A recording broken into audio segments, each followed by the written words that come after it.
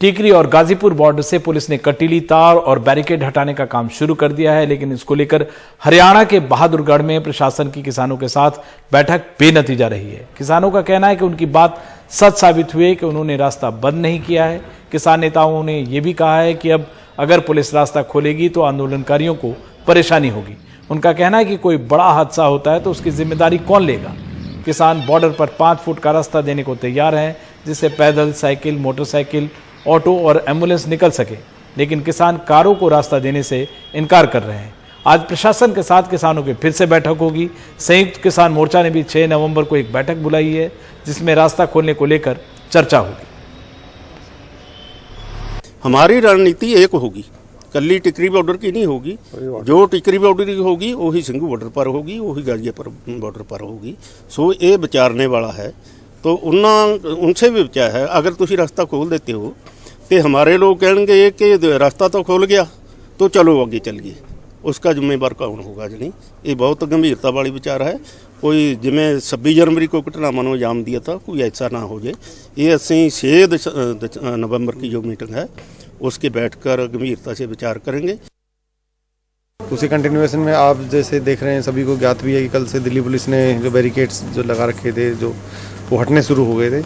तो अभी किसान संगठनों की तरफ से अब यही आया कि ये खुलने से हमें दिक्कतें होंगी, तो ट्रैफिक को लेकर भी इनके कुछ कंसर्न्स थे, उसको बैठ के लंबी चौड़ी बैठक भी उनको हमने पूरी जो हमारे इंतजाम थे सिक्योरिटी किस तरह से हम उसको, हमारा प्रपोजल है किस तरह से। प्रपोजल ये भी था कि नॉन कमर्शियल व्हीकल्स चलेंगे सिर्फ, और उस पर भी उनका एग्रीमेंट नहीं हुआ। वो कहते हैं कि हम किसान SKM में ही बातचीत करके बताएंगे। हम 6 तारीख तक का वो लोग समय मांग रहे हैं। और टिकरी बॉर्डर पर आधी रात को पुलिस द्वारा रास्ता खुलवाने संबंधित बिना बातचीत के कार्रवाई करने का प्रयास किया गया, पर किसान एकजुट होकर तुरंत पहुंच गए। और एक ट्वीट भी आया, टिकरी बॉर्डर पर आधी रात को पुलिस द्वारा रास्ता खुलवाने संबंधित बिना बातचीत के कार्रवाई करने का प्रयास किया गया है। और उन्होंने ये भी कहा है कि किसान रात में ही वो मंच की दिनचर्या शुरू कर दी है। हर जोर जुल्म के टक्कर में संघर्ष हमारा नारा है, ये भी किसानों ने ट्वीट किया है। संयुक्त किसान मोर्चा का ये ट्वीट है।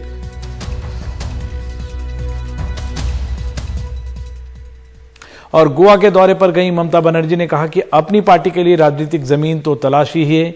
लिएंडर पेस और नफीसा अली को तृणमूल कांग्रेस में शामिल कर लिया। ममता ने यहां आकर मछली बाजार का भी दौरा किया। इस बीच आज कांग्रेस नेता राहुल गांधी भी गोवा पहुंच रहे हैं, जहां उनके कई कार्यक्रम हैं। ममता बनर्जी गोवा आईं और आते ही मछली बाजार गईं और 2 किलो गोवा की मशहूर किंग फिश खरीदी।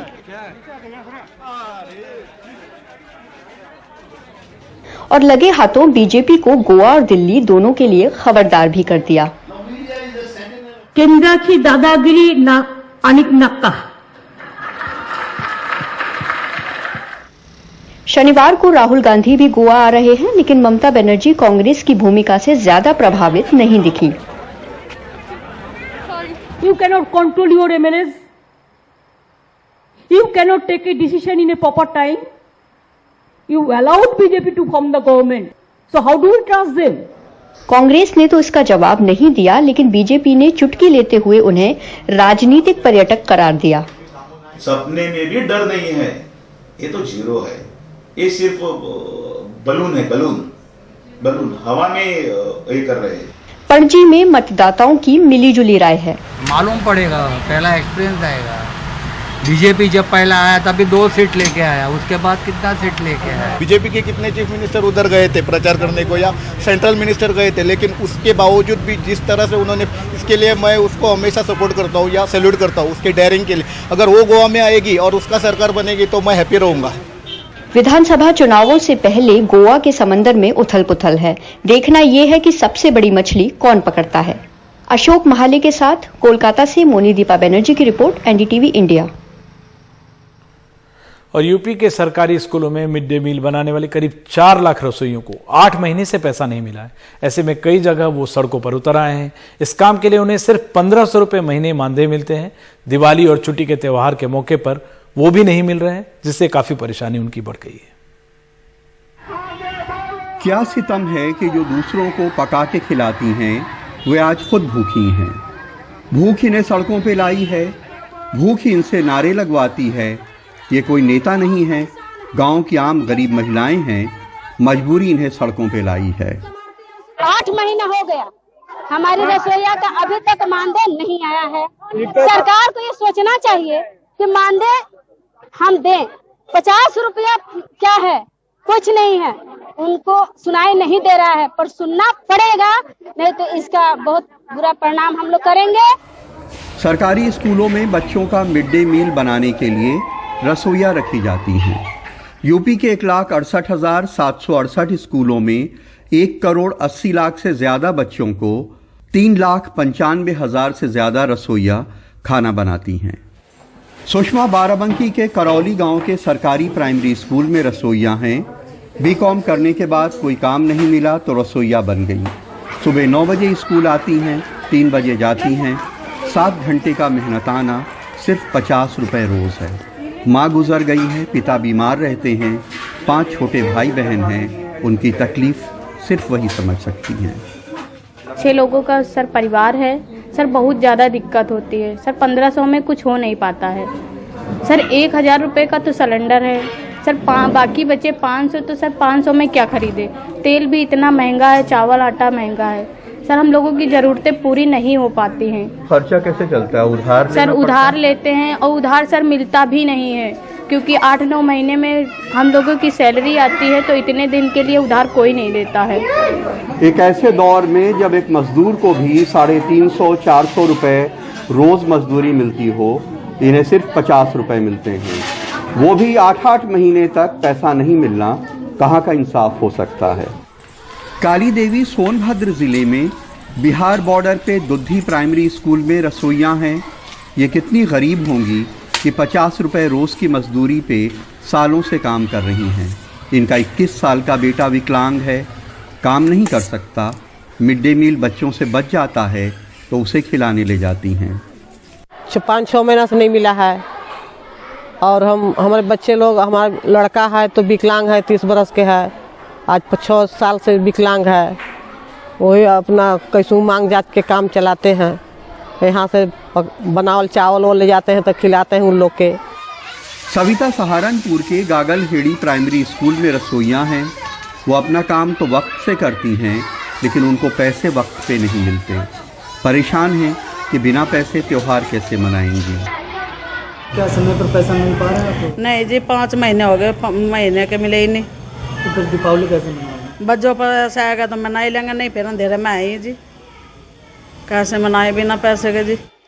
बलिया में करुणा सिंधु, सोनभद्र में प्रभात, सहारनपुर में अशोक और बाराबंकी में सरफराज और विनीत के साथ कमाल खान, एनडीटीवी इंडिया।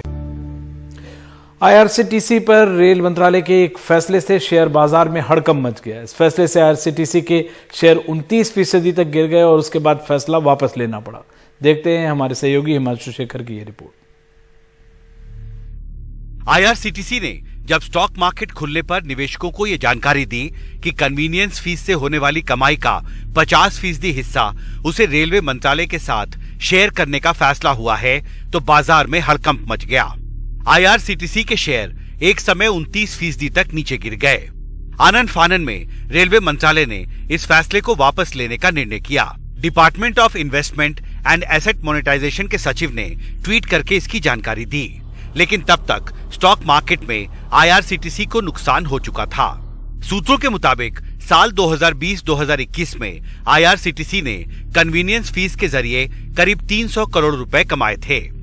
अगर रेलवे मंत्रालय का आदेश लागू होता तो रेलवे को 150 करोड़ की कमाई होती। आईआरसीटीसी की पब्लिक लिस्टिंग सितंबर 2019 में की गई थी।